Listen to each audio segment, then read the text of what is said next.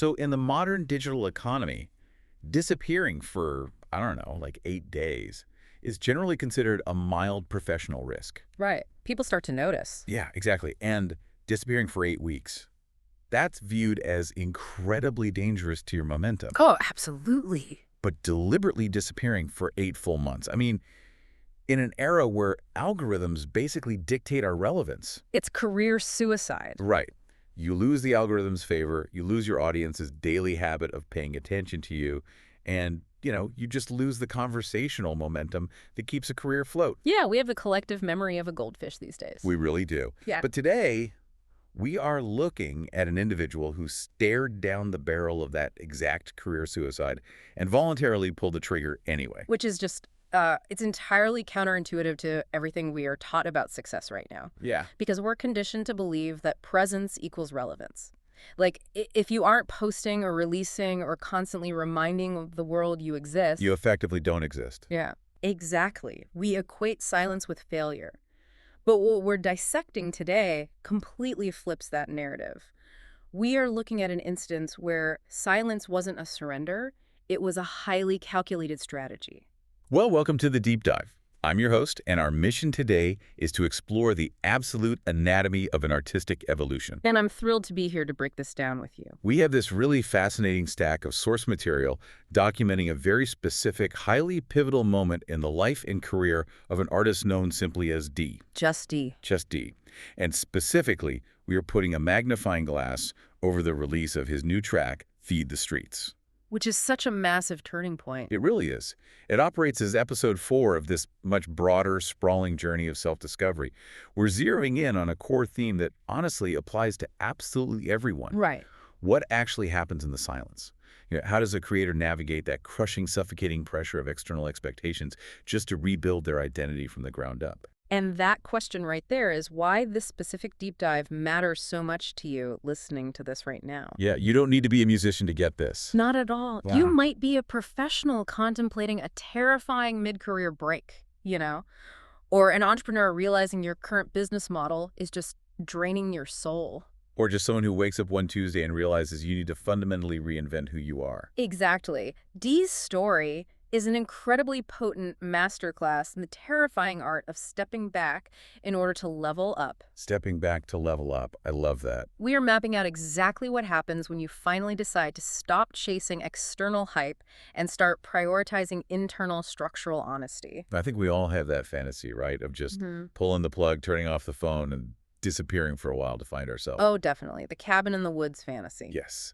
But looking at the timeline we have for D, before we can even begin to understand the sound of the new music he's releasing, we have to deeply understand the sheer heavy absence that made it possible. We have to start chronologically with the gap itself. Right. The documentation outlines a complete, absolute 8-month break where D stepped entirely away from releasing music. It's complete silence. Yeah, and what is crucial to establish right away is that this was not a disappearance born of apathy. No, not at all. He didn't lose interest in his craft. He didn't just throw his hands up and quit. In fact, it was the exact opposite of apathy. It was this hyper engagement with the self. Wow. Yeah, the timeline describes this 8-month window as a period of intense, almost grueling internal transformation. Grueling is a strong word. But it fits. Yeah. We're looking at massive personal growth, rapidly shifting life priorities, and an incredibly heavy psychological burden. There's a specific framing in our notes that I think is vital here. It was the pressure of figuring out who he was becoming. But yeah. Notice the active tense there. Right. He wasn't trying to unearth some static, hidden version of himself that was buried in the past. Exactly. He was actively managing an ongoing metamorphosis. This break wasn't a vacation. It was a conscious, deliberate decision to slow down the external output so he could rebuild entirely from the inside out. Okay, let's unpack this, because I want to look at this 8-month break through a biological lens. Oh, I like where this is going. It reminds me entirely of the chrysalis phase of a caterpillar. Yes. We have this sanitized idea of what a cocoon is, right? We think of it like a little sleeping bag. Like they're just taking a nap. Exactly. The caterpillar goes in, takes a nice long nap, grows some wings, and pops out. But that's not what happens. Biologically, that isn't what happens at all. Once inside that chrysalis, the caterpillar releases enzymes that literally digest its own body. It's intense. It turns into a biological soup. It completely dissolves its previous form before reorganizing its cellular structure to become a butterfly. It's a total breakdown. Yeah, and to the outside world, a chrysalis just looks like a dead pod hanging from a branch. It looks silent. But inside, Inside, it is an incredibly violent, absolute structural rebuild that requires total isolation to succeed. that biological reality maps perfectly onto the psychological reality we are looking at with Dee. It really does. The documentation emphasizes over and over that his silence wasn't empty, it was intentional. And there's a massive psychological chasm between quitting and pausing. How so? Like, what's the distinction there for you? Well, quitting is the cessation of momentum. You drop the bag and walk away, but an intentional pause.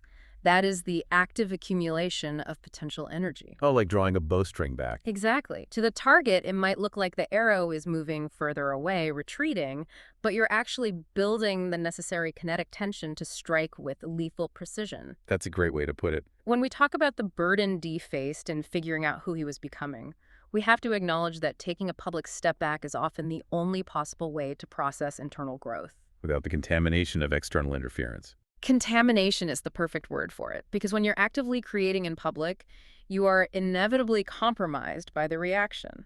Precisely. If you are constantly releasing music or posting content or, constantly seeking approval in a corporate job. Your growth is no longer your own. Right. It's being continuously hijacked and dictated by your audience's reaction to you in real time. You become captured by their feedback loop. Yeah. If they cheer for a certain sound, you subconsciously lean into that sound, even if it isn't authentic to where you're heading. You give the people what they want, but you lose yourself. Dee had to shatter that loop entirely. He had to build this massive, impenetrable wall of silence around himself just so he could finally hear his own thoughts over the roar of the crowd. He needed that isolation.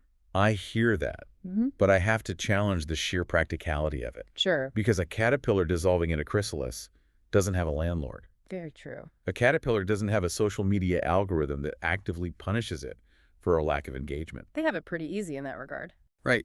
In today's hyper-connected ecosystem, the machine demands to be fed every single day.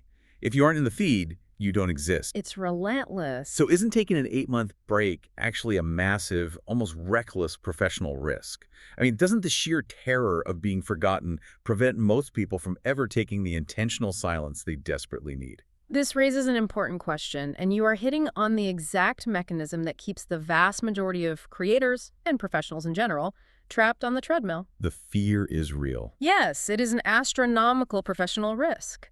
We live in an attention economy where currency is measured in daily micro-interactions. Likes, comments, shares. Exactly. The algorithms that govern our digital lives are designed to reward frequency and penalize absence. They don't care if you're resting. No, if you stop feeding the machine doesn't just wait patiently for you to return, it actively replaces you. Wow. It feeds someone else's content to your audience to keep them on the platform. When you step away for 8 months, you're essentially daring the world to move on without you. You're looking the algorithm in the eye and saying, I don't need you. Which is terrifying. It is. You're betting your entire livelihood on the hope that they'll still be there when you get back. Exactly. You are betting everything on the profound belief that when you finally do return, the substance of what you have built in the dark will be so undeniable. Oh, structurally sound. Right, that it will instantly shatter the noise of everyone else who never stopped shouting. That takes a lot of nerve. It does. Dee's intentional silence wasn't just a mental health break, it was a psychological gauntlet. A gauntlet. He had to actively conquer his own fear of irrelevance in order to secure his long-term authenticity. Wow. He had to be entirely willing to lose his audience in the short term in order to actually find his voice for the long term. Willing to lose his audience to find his voice. Yeah. That is such a heavy, high-stakes wager. It's the ultimate gamble. But it forces us to look at the payout, Yeah. right? If we've established the deep psychological why behind this 8-month chrysalis, we now have to look at the tangible results. Did it actually work? Exactly. Did the gamble pay off? How did all of that internal cocoon soup transformation actually manifest in the audio itself? And we had the data on that. We do. The documentation we have provides a really fascinating direct comparison between his past era, which we'll call the 2024 era, and this newly birthed post-break 2026 era. And the contrast is stark. Yeah. Very. When you examine the 2024 era, it's heavily defined by relentless experimentation. And trying to find his footing. Exactly. During this period, Dee was essentially throwing everything at the wall to see what would stick. Just see it works? He was actively testing wildly different vocal tones, unpredictable flows, entirely different thematic ideas. A lot of trial and error. He was very much a creator in the active process of discovering his identity. The music from 2024 was undeniably raw, and it carried that chaotic energy, but our notes make it very clear that it lacked a cohesive maturity. It was searching for a foundation, but it hadn't poured the concrete yet. Right. And then we smash cut to 2026, and the difference is described as dramatic. Night and day. It's not just a subtle shift in genre either. It's a fundamental physiological and psychological change. Yeah, this is where it gets crazy. The documentation points out that his voice has physically changed. The actual tone has deepened. Literally deepened. His vocal delivery is suddenly significantly cleaner, and his lyrical storytelling is dramatically sharper. The confidence is palpable. There is an unmistakable, grounded confidence radiating from the tone alone. But the specific observation that really anchors this entire evolution is the improvement isn't just a matter of better technical skill. No. It's an emotional improvement. The new 2026 music heavily reflects actual lived experience rather than just relying on pure imagination. What's fascinating here is the absolute synchronicity between the biological, the psychological, and the technical execution. Break that down for us. Let's look at that voice deepening for a second, because it's not just an arbitrary detail. Not just puberty hitting late or something. Right, no.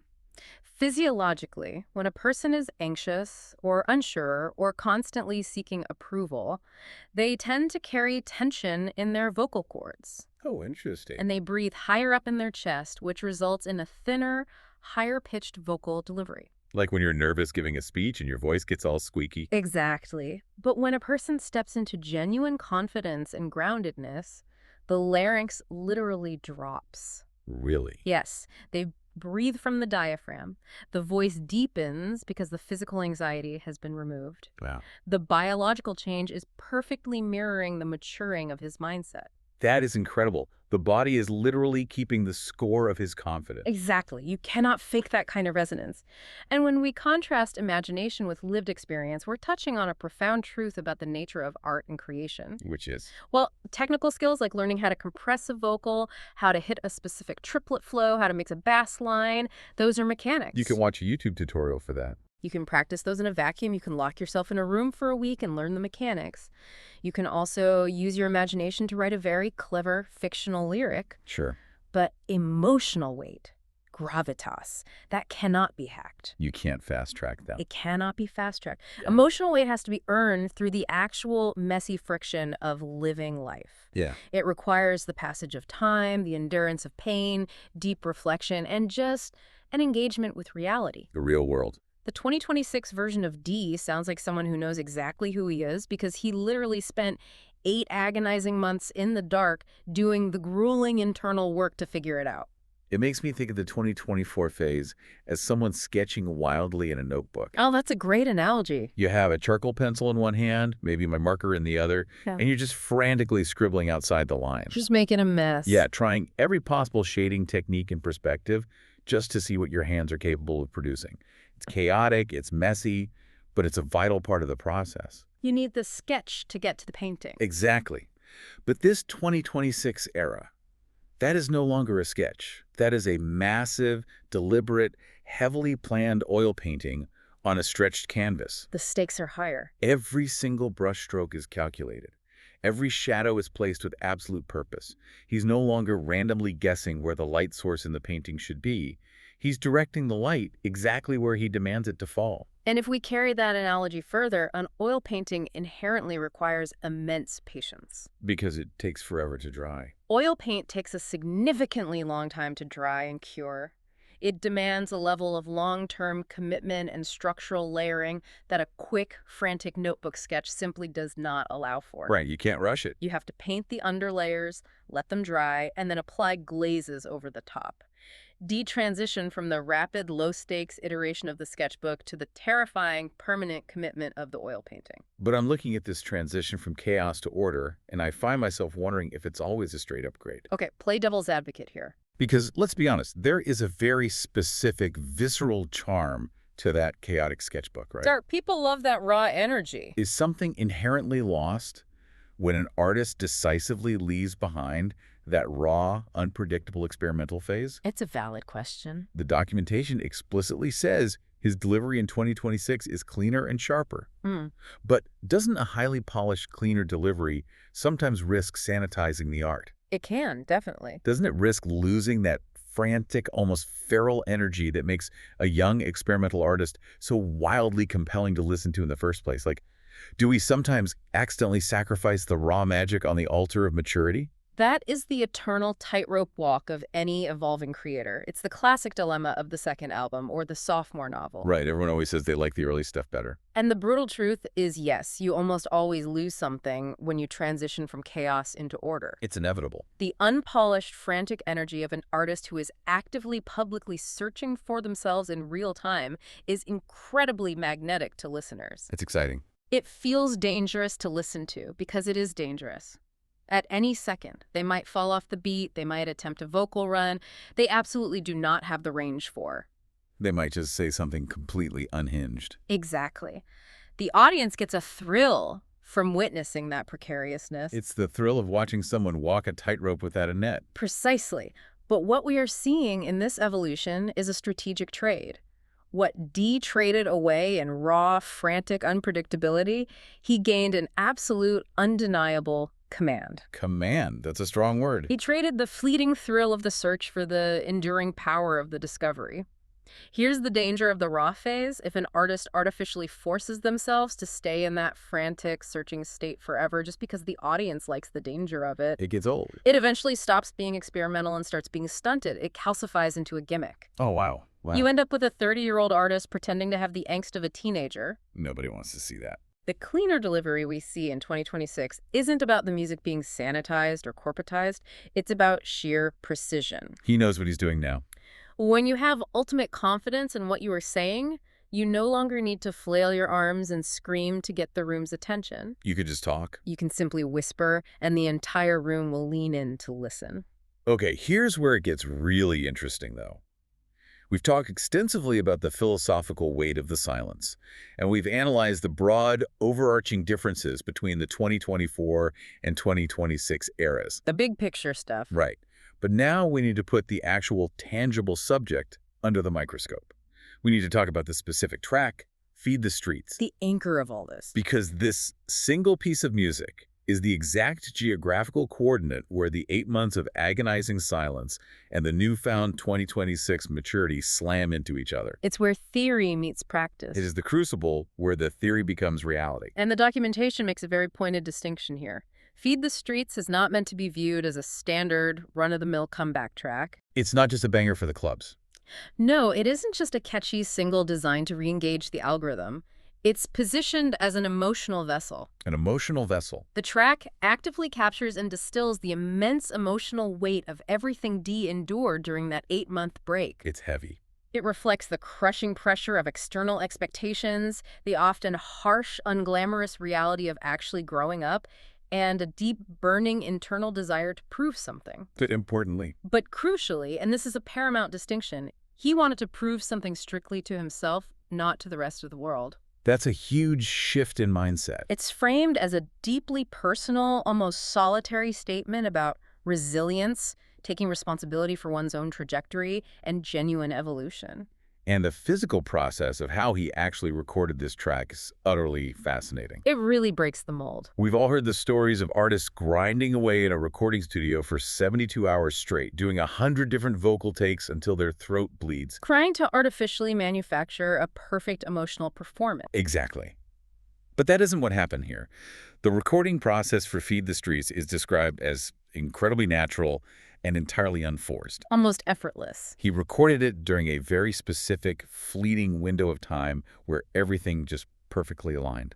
His biological voice, his psychological mindset, his emotional state, they all locked into place simultaneously, It was an instance of capturing lightning in a bottle. which is so rare. Extremely rare. The specific vocal tone and the raw emotional resonance he captured in the booth that day were so incredibly unique to that exact fleeting moment in his life that it literally could not be recreated if he tried to re-record it a week later. Wow. It was a perfectly honest documentation of his reality in that second, and what is so deeply telling about his newfound maturity is how he handled that recording once he had it. Right, because of what he didn't do. Because he had so much profound respect for the integrity of that process, he flat out refused to rush the drop. He sat on it. Yeah. He literally just held on to this incredibly powerful track. He held it back. That must have been so hard. Oh, think about the 2024 version of D. The artist operating from a place of experimentation and algorithmic anxiety. He would have dropped it on SoundCloud that night. He likely would have rushed to drop that song on streaming platforms the very next morning just to ride the dopamine high of having created something great. Just to get the instant feedback. But the 2026 version of D understands the critical importance of timing. He waited. Patience. He held on to that lightning in a bottle until his internal reality and his external infrastructure were completely, genuinely ready to present this fully realized version of himself to the world. And when we look at the actual musical architecture of the track he released, there is a specific structural detail about Feed the Streets that I find absolutely brilliant, especially in today's climate. So the runtime. Yes. The notes indicate that during the production phase, the song was originally structured to be just over 2 minutes long. Which is standard. Right, we have to contextualize that. In the modern music industry, a 2-minute track isn't just common, it is mathematically optimized. We really need to unpack the mechanics of that optimization because it dictates so much of what we hear today. Yeah, please do. Streaming platforms like Spotify or Apple Music operate on a pro rata payout system. Okay. An artist gets paid roughly a fraction of a cent per stream, right? And a stream is officially counted once a user listens for 30 seconds. Just 30 seconds. Furthermore, the algorithm heavily favors songs with high completion rates and high replayability. Meaning people listen all the way through and then play it again. Exactly. If you write a 6-minute epic, there's a higher mathematical probability that a listener will get bored and skip it halfway through. Which hurts you. It tells the algorithm that people don't like the song, causing it to be buried.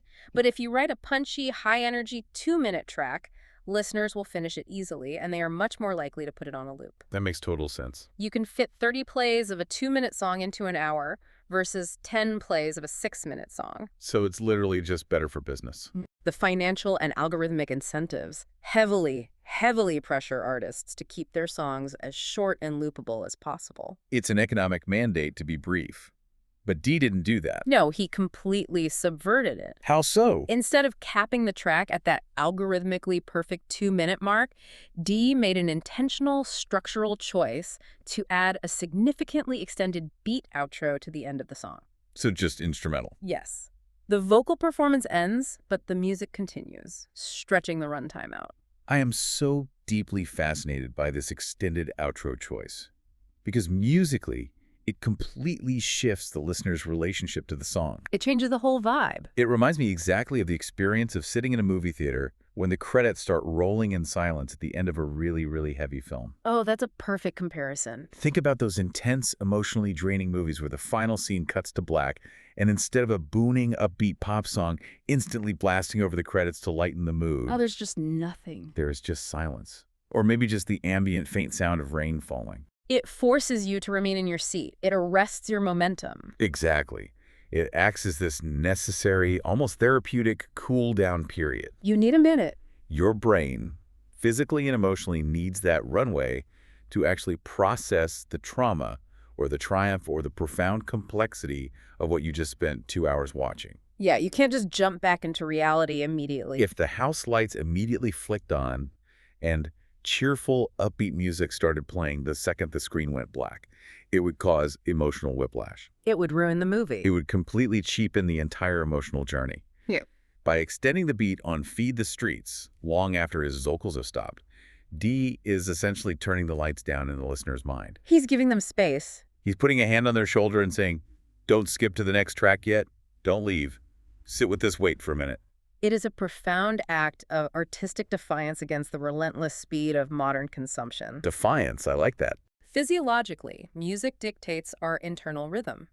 When a track ends abruptly and another begins, our heart rate and cognitive processing are forced to constantly reset and adapt to new stimuli. It's exhausting for our brains. By extending the outro, he's utilizing musical entrainment to slowly guide the listener's heart rate and breathing down from the intensity of his lyrical delivery. He's actually calming them down physically. He is actively, intentionally designing the listener's psychological experience after he has finished speaking. Wow. It proves that he is prioritizing deep, uncompromising emotional resonance over maximizing his streaming revenue or his algorithmic livability. Okay, I love the artistic defiance of it, but I'm struggling with a contradiction here. Let's hear it. If we look back at his core motivation, the documentation explicitly states that the primary goal of this track was D proving something strictly to himself, not to the external world. Right, we established that. It is framed as this highly insular, deeply personal statement of his own resilience. Very personal. If that is entirely true, if the track's existence is just about his own internal catharsis, why release it on a global platform at all? Ah, the paradox of the artist. Why meticulously design an extended outro for a listener to sit with if the listener's opinion supposedly doesn't matter? The second you press publish on Spotify, it ceases to be a private journal entry and becomes a public performance. It belongs to the world then. Exactly. Can a song truly be just for yourself once you voluntarily distribute it to millions of people? This raises an important question, and it strikes at the absolute paradox of the performing artist. That's tricky, right? The reality we have to accept is that personal catharsis and public performance are not mutually exclusive concepts. Okay. In the strange alchemy of art, one often desperately requires the other to become fully realized. Give me an example. Think about the nature of a foundation. You can build a foundation for a house in secret, but you don't actually know if it's structurally sound until you build the house on top of it and see if it holds the weight. It has to be tested. To truly prove something to himself, Dee had to prove that he possessed the courage to stand behind this new 2026 identity in the harsh light of day. Hiding it doesn't prove anything. A completely private revelation is safe. It is insulated and untested. But taking that deeply personal realization, pressing it into a tangible piece of media, and handing it over to a deeply judgmental world. That's terrifying. That is the ultimate stress test of his new foundation. So the act of releasing it is the actual final stage of the metamorphosis. Exactly. The creation of the song was the internal realization. The release of the song is the external solidification. It makes it real. He isn't putting it out into the world to ask the audience, do you like this new version of me? He doesn't care if they like it. He is utilizing the world stage to boldly state, this is unequivocally who I am now, regardless of your opinion. The public release is the mechanism he uses to finalize his own internal evolution. That reframes the entire concept of a release. It's not a plea for validation. It's a declaration of existence. A statement of fact. And that declaration certainly doesn't exist in a vacuum, which bridges us into the final, massive architectural pillar of our deep dive today. The rollout. Because the documentation does not just describe Feed the Streets as a standalone single. It repeatedly describes it as a bridge. A bridge to the future. And logically, a bridge has to connect two distinct landmasses. This single track is merely the catalyst. It is the ignition sequence for a massive, heavily structured, overarching rollout. The scope of what follows this track is immense. It's huge. The timeline outlines that the release of Feed the Streets serves as the definitive hard closure of the chaotic 2024 chapter and the official opening of the 2026 door. Turning the page. And what lies waiting behind that door is an incredibly dense, meticulously planned architecture of content. We're talking big plans. We aren't just looking at a few random songs dropping whenever he feels like it. We are talking about a heavily sequenced upcoming EP, highly strategic future singles, and fully realized albums. All built on this new foundation. Exactly. They are all being constructed upon the exact tonal and emotional foundation that Feed the Streets establishes. Dee is decisively moving away from the sporadic, shooting-from-the-hip experimentation of his past. He's getting organized. He's stepping into an era defined by rigid consistency, architectural structure, and what the documentation perfectly terms intentional storytelling. And a major, massive piece of that intentional storytelling isn't even audio, it's visual. The documentary. The timeline highlights an upcoming in-depth documentary film that has been produced to explore this entire transformative journey. visualizing the metamorphosis. Yeah, exactly. Exactly. This film is going to visually cover the terrifying reality of the 8-month gap, the internal psychological challenges he faced, the granular intricacies of his rebuild creative process, and the literal physical sonic evolution of his sound. They captured all of it. And within the narrative of this film, Feed the Streets is positioned as the central anchoring climax. It represents the exact cinematic moment where, quote, everything finally clicked. The payoff. But what's fascinating is how patient the rollout is. The documentary is entirely finished, but it is being strategically held back. Again, with the patience. It will only be released to the public once everything else in his life is settled, and the subsequent musical releases are perfectly aligned. If we connect this to the bigger picture of the modern entertainment industry, what we are witnessing with Dee is the necessary evolution of the modern artist from a mere musician into a comprehensive multimedia world builder. World builder, I love that. In 2026, simply dropping a sonically pleasing song is rarely enough to hold the public's fractured attention. It gets lost in the noise. The most impactful, culturally dominant artists today essentially have to act like the architects of their own cinematic universes. They build entire immersive ecosystems around their audio to provide the listener with deep, inescapable context. It's the Marvel Cinematic Universe approach, but applied to a single musician's identity. Exactly. The documentary acts as the blueprint. It's the legend on the map that explains the emotional geography of the album you're listening to. Oh, that makes so much sense. When you understand the pain of the 8-month break because you watched it on film, the deep resonance in his voice on the track suddenly carries 10 times more impact. Because you know what it cost him.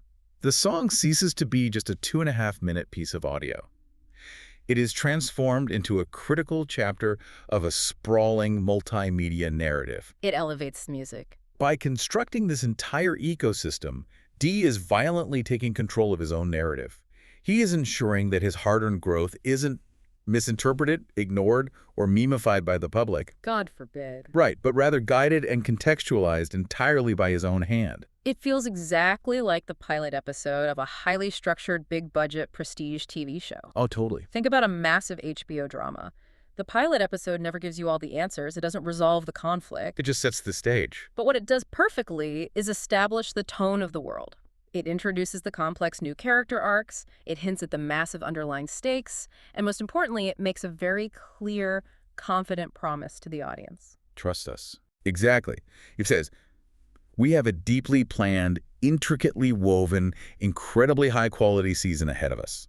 We know exactly where the story's going. Yeah. Trust us. Sit down, turn your phone off, and pay attention. And that's exactly what this track does. Feed the Streets is undeniably the pilot episode of Dee's 2026 era. And just like any great television pilot, its primary function is to establish trust with the viewer. The grueling 8-month break was the messy, chaotic writer's room where they argued over the script. And now the show is on. Now the finalized season is finally airing, and the quality is undeniable. But I keep getting stuck on the documentary aspect of this ecosystem. I am genuinely wrestling with the implications of it. What part? We've established that the 8-month break was this agonizing, raw, intensely personal period of structural growth. The isolation? Right. But if you are going through deeply personal psychological transformation, and you know you are actively filming it for a high-quality documentary, does the mere presence of the camera inherently alter the authenticity of the growth? The observer effect. Exactly. In physics, there is the concept of the observer effect. The theory that the mere act of observing a phenomenon inevitably changes the behavior of the phenomenon itself. We see it in the psychology, too. With the Hawthorne effect, where people change their behavior simply because they know they are being watched. They perform for the camera. So, does knowing that you are eventually going to package your private silence and your internal struggle into a highly produced documentary alter the messy reality of the moment everything clicked? It's a really philosophical question. Can you truly be alone in the dark of your chrysalis if there is a 4K camera rig taped to the inside of it? That is the quintessential, unavoidable dilemma of all modern documented reality, and it forces us to deeply interrogate what we actually mean when we demand authenticity from creators. What does authentic even mean anymore? Does a camera inherently manufacture false emotion, or does it merely frame existing emotion? That's the million-dollar question. Yes. I would argue, based heavily on the documentation's intense emphasis on the agonizing, isolating reality of his 8-month break, that the pain, The fear of irrelevance and the biological shifts were incredibly, undeniably real. They weren't faked. The camera lens didn't invent his shifting life priorities. A microphone didn't magically drop his larynx and deepen his voice. The struggle was genuine.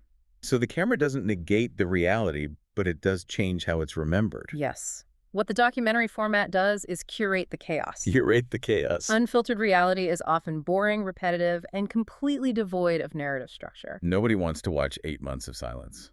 The growth Dee experienced was authentic, but the presentation of that growth to the public is highly structured. And frankly, that structure is absolutely necessary for translation. To make it understandable. Without the curation of the documentary, the audience is just watching hours of footage of a man sitting quietly in a room, wandering in the woods, or staring at a wall. Which is just security footage at that point. Exactly. The documentary provides the narrative compass. It doesn't negate the validity of the struggle. It simply translates the raw data of that struggle into a cohesive language that the audience can actually digest and understand. Okay, let's pull all of these massive threads together. So what does this all mean for you listening to us right now? The takeaway. We have traced the incredible high-stakes arc of an individual who had the sheer audacity to look at the relentless demands of the modern world and step backward into intentional silence. A huge risk. We've examined the intense biology and psychology of his 8-month chrysalis phase, charting his transition from the frantic, wildly sketching experimentation of 2024 to the confident, deliberate, lived-in oil painting of 2026. From chaos to command. We dissected how a single piece of art, Feed the Streets, acts as the perfect, unforced anchor of this new identity, complete with a defiant, cinematic extended beat outro that forces us to sit quietly with its emotional gravity. It makes us stop and listen. And we've explored how this single track is merely the foundation for a sprawling, highly intentional multimedia universe. The world building. The direct, immediate application for your own life is this true, structural, load-bearing growth simply cannot be rushed. It cannot be mathematically optimized for a quick dopamine hit. You can't hack it.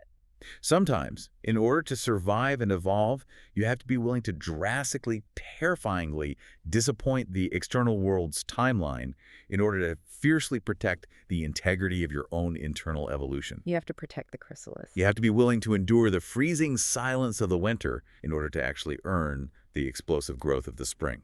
And as we close out today's deep dive, I want to leave you with a final, slightly provocative thought to mull over, building entirely on the architecture of reinvention we've unpacked today. Okay, lay it on us. We have spent this entire time talking extensively about Dee's evolution, about how he has finally arrived at this new, deeply mature 2026 sound that is shaped by real, undeniable lived experience. Right, he's figured it out. We are told he now sounds like someone who knows exactly who he is. But I want you to think about the fundamental nature of a finished evolution. If it's ever really finished. Exactly. If 2026 represents the pinnacle of his self-discovery, what happens when life, as it inevitably always does, changes him yet again? Oh, wow. Is an artist's, or for that matter, any human being's true identity ever actually finalized and set in concrete? Probably not. Or is this incredible, definitive, hyper-confident 2026 era we just explored simply another chrysalis preparing him for the decade to come? Oh, that is a beautiful question to leave on. Is the butterfly we see today just a cocoon for something else entirely tomorrow? Reinvention never really stops. I love the idea that reinvention never actually stops. Thank you so much for joining us on this deep dive into the profound power of the pause, the architecture of personal reinvention, and the true art of the comeback. It's been a great conversation. Next time you look at a dormant, snow-covered forest, or you feel the urge to just unplug and disappear for a while, remember the silence isn't empty. It's intentional. Until next time, take care of yourself, and don't be afraid of the quiet.